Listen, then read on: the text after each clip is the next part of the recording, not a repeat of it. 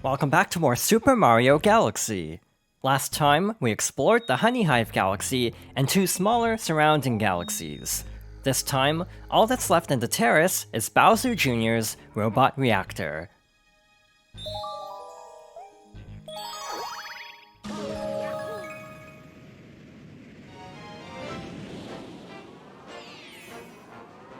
Our mission here is Megaleg's Moon.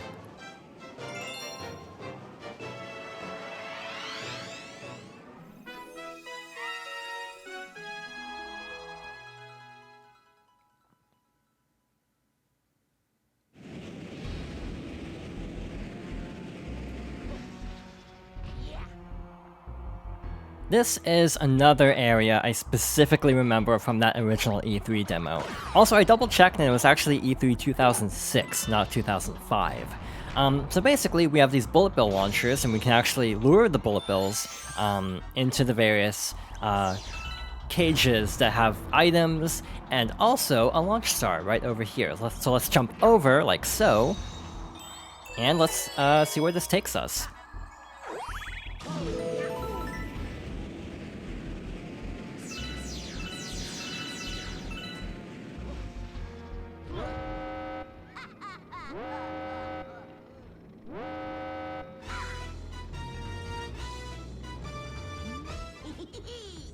Wahaha, you made it! But I won't even need my dad's help to take care of you. Go at him, Megaleg. Stomp him with the power of your Grand Star.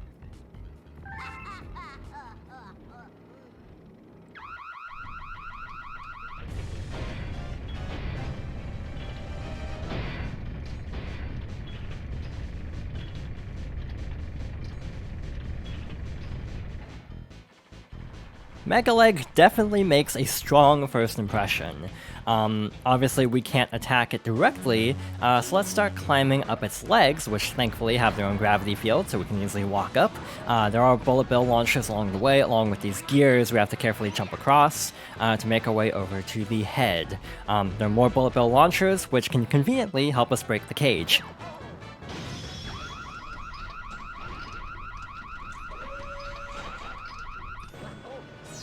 Of course, it's not that easy, and now there are separate barriers that we can break with bullet bills, but they will actually reappear after a set amount of time. So I actually prefer basically jumping over the barrier and trying to lure the bullet bill. We actually have a clear shot though.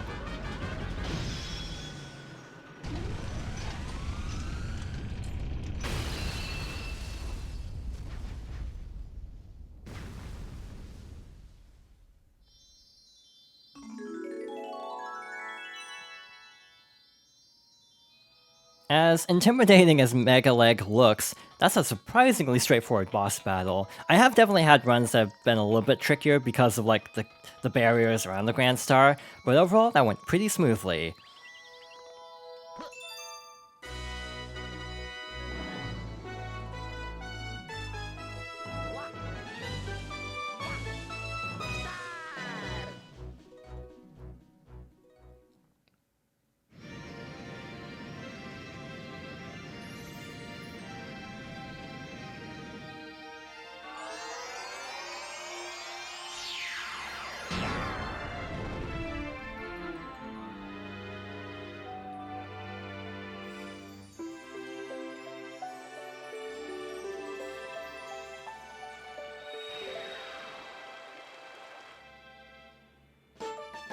You got a star! Megaleg's Moon, Bowser Jr.'s Robot Reactor.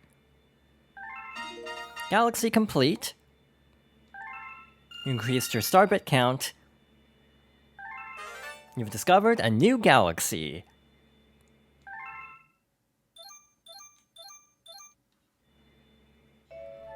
Look. That ball of flame represents the power of the observatory. We call it the beacon.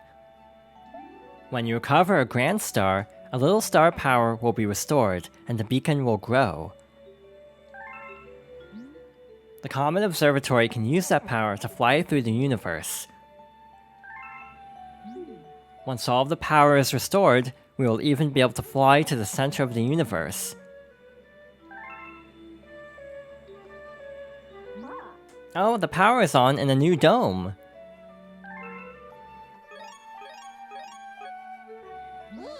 The newly opened dome is called the Fountain. It's really quite relaxing. By the way, have you looked at the map? It contains information about galaxies as well as domes. If you forget the location of a dome, don't hesitate to speak with me.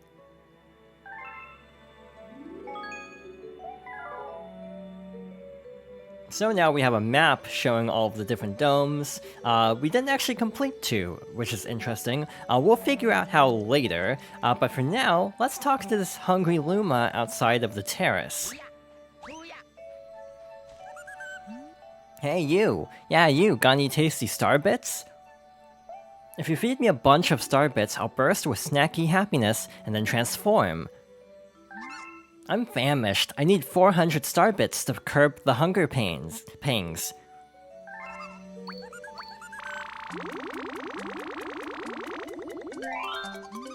That's it, I'm stuffed. Here we go! Transform!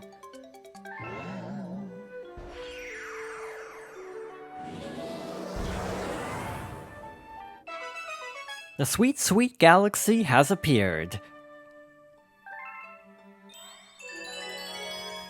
Alright, let's see what's over here.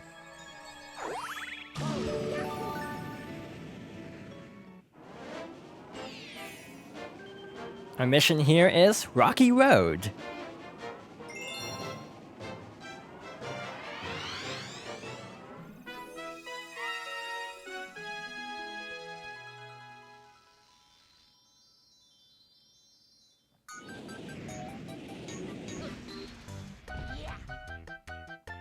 So yeah, over time, you'll meet hungry Lumas at the Comet Observatory, and if you feed them star bits from your stockpile from every stage, you can unlock these little, like, small one-off galaxies that are kind of, like, disconnected from the major domes. They're kind of like little smaller challenges that are actually a lot of fun. I like this one in particular, partly because Super Mario Bros. 3 is one of my favorite Mario games, and I will always appreciate a remix from that game. Overall, this isn't too difficult though. There's some toads along the way. I can't go any further. Don't stop here, the star is right around the corner. Overall, this is a little bit scary because of like the moving platform with the holes in it that you can easily fall into, so just kind of carefully make your way over, take your time, and don't try to go quickly like I just did. But overall, it's not too difficult, but it can be a little bit scary, especially in that area where you can't really see what the next platform is like. I'm definitely taking this a little bit more slowly than usual because I would prefer not to fall here. There's also a barrier, like electric, like lasers, so we have to carefully like line this up like so. And with that, we're almost to the end. There we go.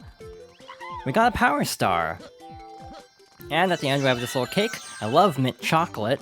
Same actually. And we have a little circle that we can spin in to get some more star bits, and we have our actual star.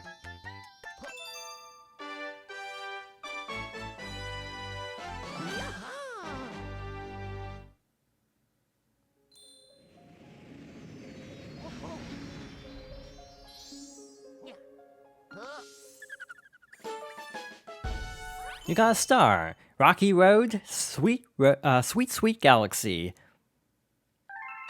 Galaxy complete.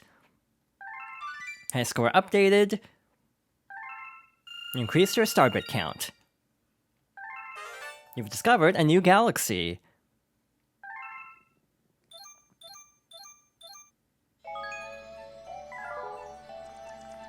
Alright, so that's officially all we can do at the terrace for now. If you want to go back, you can talk to the pink Luma to make the launch star reappear. But for now, let's make our way over to the fountain and see what it's like.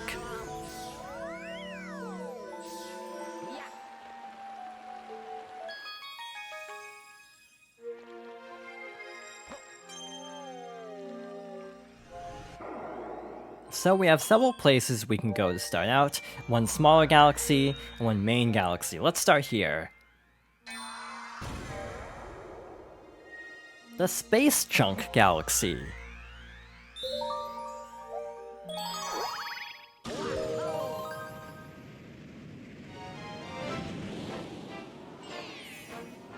First up is Polestar Path.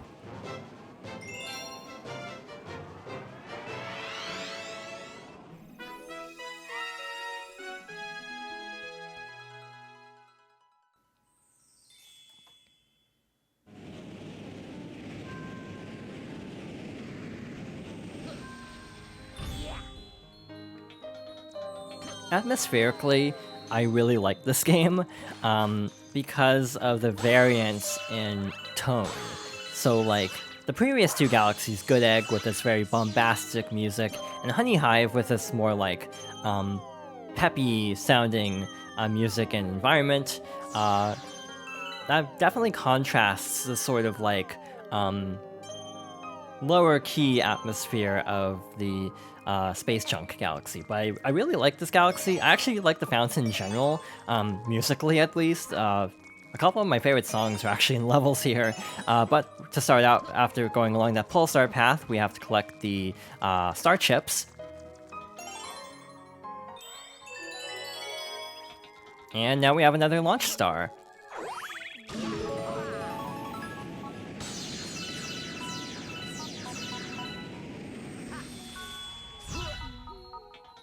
I remember people got really excited when they saw this spaceship, actually, because it reminded people of Pikmin 2, the ship in that game. It's kind of assumed that this is like an Easter egg, but I don't think there's ever been like official confirmation. It's also not exact either, but like with the two like pilot seats and everything, it kind of gave off that same vibe at least.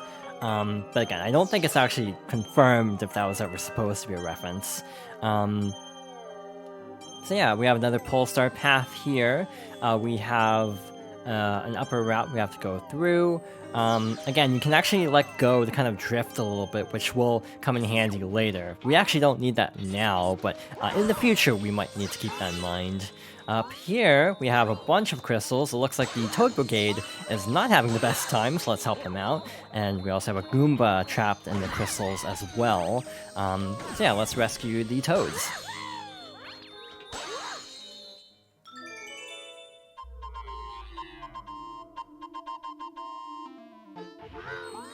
Where's that confounded power star? Thanks a bunch. Captain, how could you? Where'd my glasses go? Da-da-da-da, Mr. Luigi! As the brave captain of the Toad Brigade, I've already discovered a shortcut to the power star. Take the sling star at the top of the star shroom. It kind of feels like you just kind of ditched all the other Toads based on their reactions.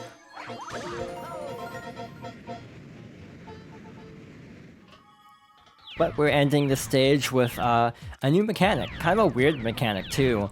I'm pretty sure the first time this has actually been used was Super Mario 64 DS of all places. But we have these little silver stars that we have to collect. If we collect all 5, we'll get the power star. We also have these blocks appearing and disappearing based on proximity. This is one of those areas that's actually really scary on the first playthrough, but it's actually really fun to go through later on when you know where everything is and can kind of like blast through everything. Basically, as long as you're close, it will appear. So if you like long jump really creatively, you can basically skip large portions of platforms. I'm playing it a little bit safe at the moment, because I don't exactly remember where all these are. Remember, you can also use the spin jump for extra height and to kind of air stall.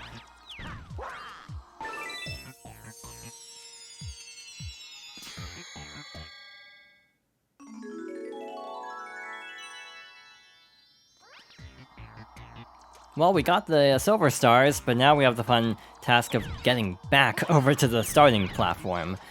Again, just kind of like, slowly make your way through. You're not timed or anything. This isn't foreshadowing at all when I say this. And make your way back to the starting area.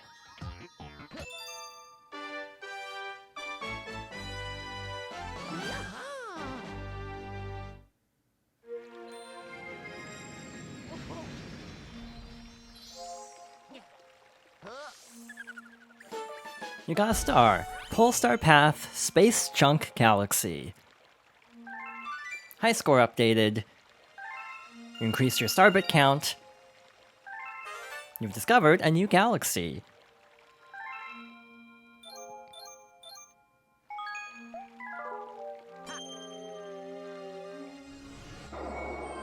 So we've unlocked the next main galaxy, but I think we'll stick with the Space Chunk Galaxy for the time being.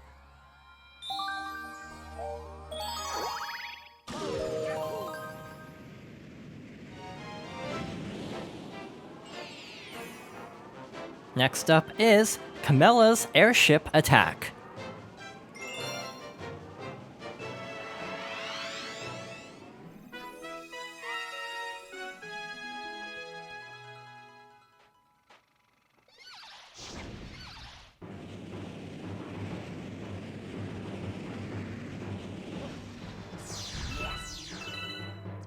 So we're starting out with the Toad Brigade. Luigi, my brigade boarded the enemy fleet, and none have returned. As captain, I would go save them myself, but I'm much too busy at the moment, and scared. So I guess it's up to us.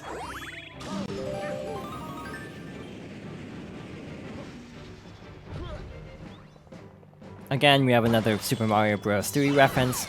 This game really likes Super Mario Bros. 3, which was actually kind of prevalent of this era. Like, you know, this was when New Super Mario Bros. was pretty recent, actually. The first one for DS was 2005, I want to say, maybe 2006. So it looks like there's not much else to see here, so let's activate this lever. And that leads us to some more bunnies, who are basically telling us about how spinning works. To get stuff that's too high to reach, jump, and then spin. We're also Luigi, so we actually don't need to do that. Mario might need to, but as Luigi, we can easily clear jumps like this, and also easily get the coins, even without spinning. We have another Sling Star. And it looks like we've found the Toad Brigade, at least.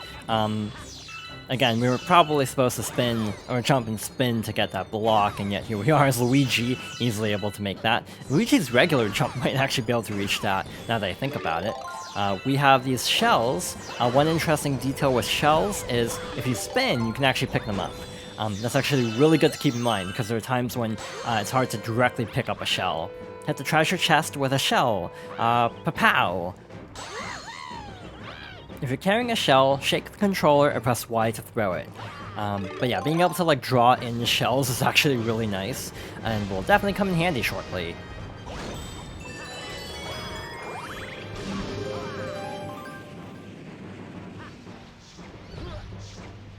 We're almost to a very ornate airship, which totally isn't like the end of the stage and where a boss will probably be.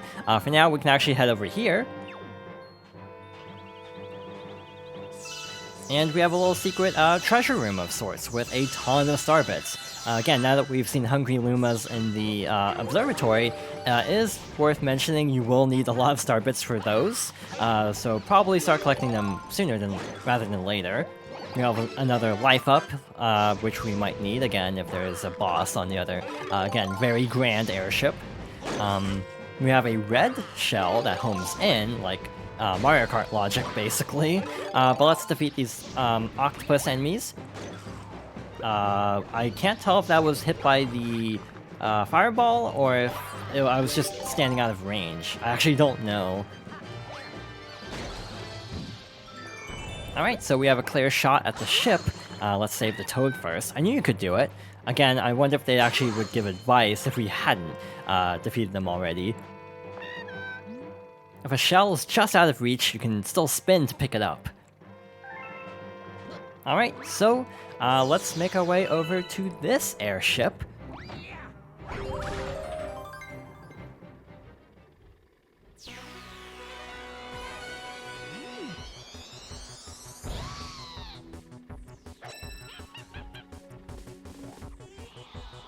And this is Camella, the leader of the Magic Koopas on these ships.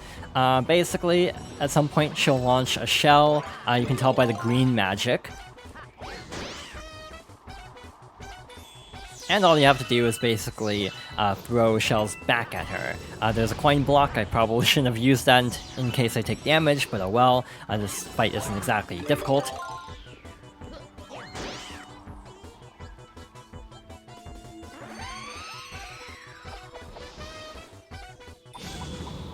And now she's summoning Magikoopas to help her out. I'm pretty sure the shells kind of home in, because it looked like the one shell kind of moved upwards towards her, which is actually good that they kind of home in a little bit.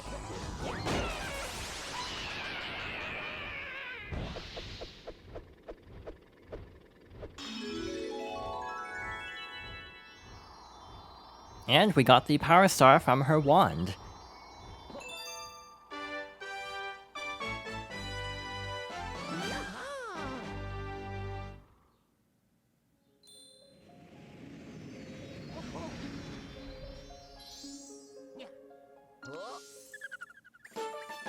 You got a star. Camella's Airship Attack, Space Junk Galaxy. High score updated. Increase your star bit count.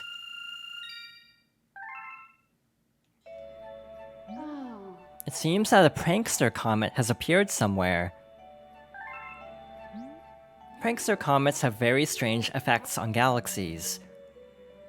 If you want to learn more about these curious comets, ask the Luma who knows about such things.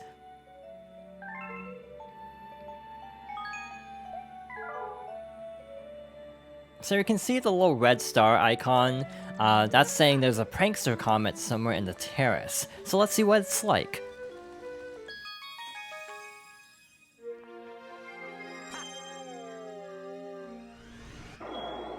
There is a speedy comet at the Good Egg Galaxy.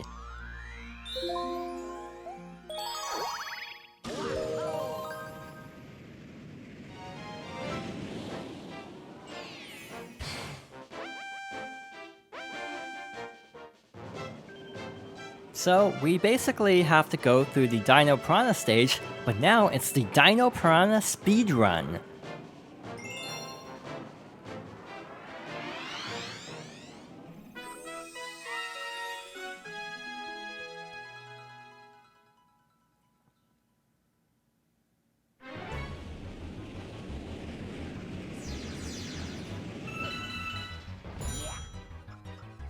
So we have 4 minutes to defeat Dino Piranha and get the star.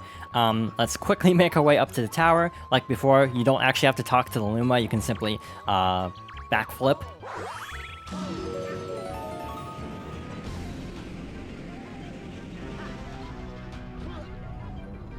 And now we have to get these star chips as quickly as possible, dodging the chain chomps along the way. Also, they're chain chomps, they're not boulders anymore. I actually don't think I ever noticed that before. But yeah, the speedrun stages do have slight variations, even beyond just, you know, obviously you're supposed to go quickly, but there are other small differences as well. Where the heck is the last one? There it is.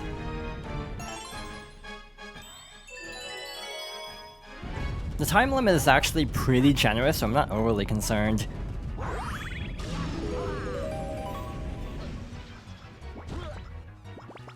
So we're back on this planet, so let's defeat the Piranha plant. And then spin up as quickly as possible. Obviously we're skipping the 1-up in the pipe over there, and going straight through the level proper. We actually didn't go this way before, so I guess we get to see what it's kind of like this time. There's actually a Piranha plant we have to defeat. Basically, jump on its head like so.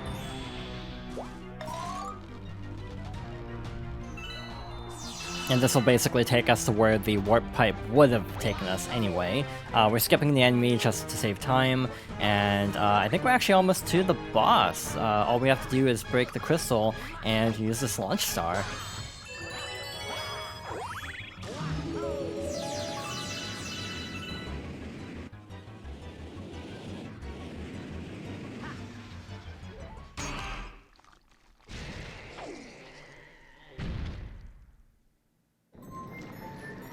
Alright, same boss as before, attacking the tail.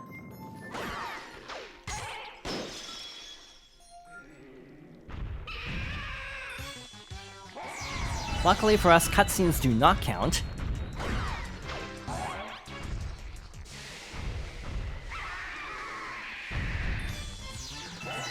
think we need 2 more hits. And now 1 more hit.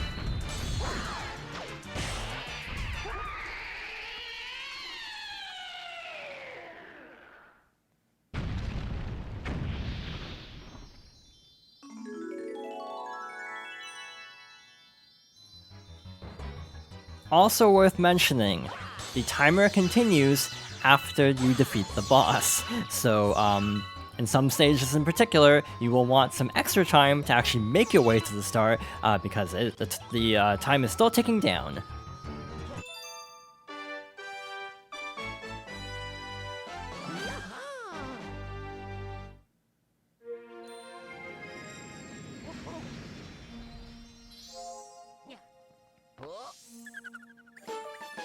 You got a star. Dino Piranha Speedrun. Good Egg Galaxy. High score updated. Increase your star bit count.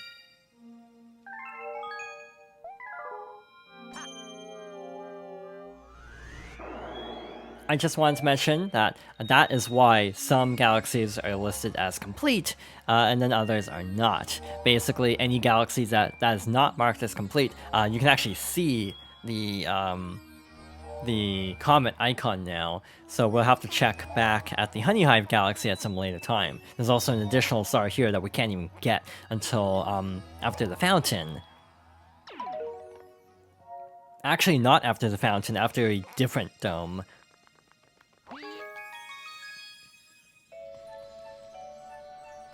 So yeah, periodically you'll want to check the board out here to see where the comets are. There's actually one in the fountain. You can also talk to this Luma.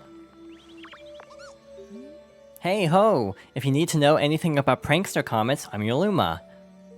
How can I help? That prankster comet is always stirring up trouble, making galaxies go all crazy. Speedy comets limit the amount of time you can spend there. Daredevil comets leave you with low life. Cosmic comets make you race a mirror of yourself. Fast foe comets make your enemies move faster. Now the fun part is trying each one out. There was also an option to move the comet by talking to this Luma, which can be very helpful when you're running out of comets and are trying to find a specific one, which hopefully that won't be too much of a problem in this playthrough, but you never know. Also really quickly, before we head back into the fountain, I want to look behind here, because I thought there was a 1-up. I guess not. So I guess we'll head back inside.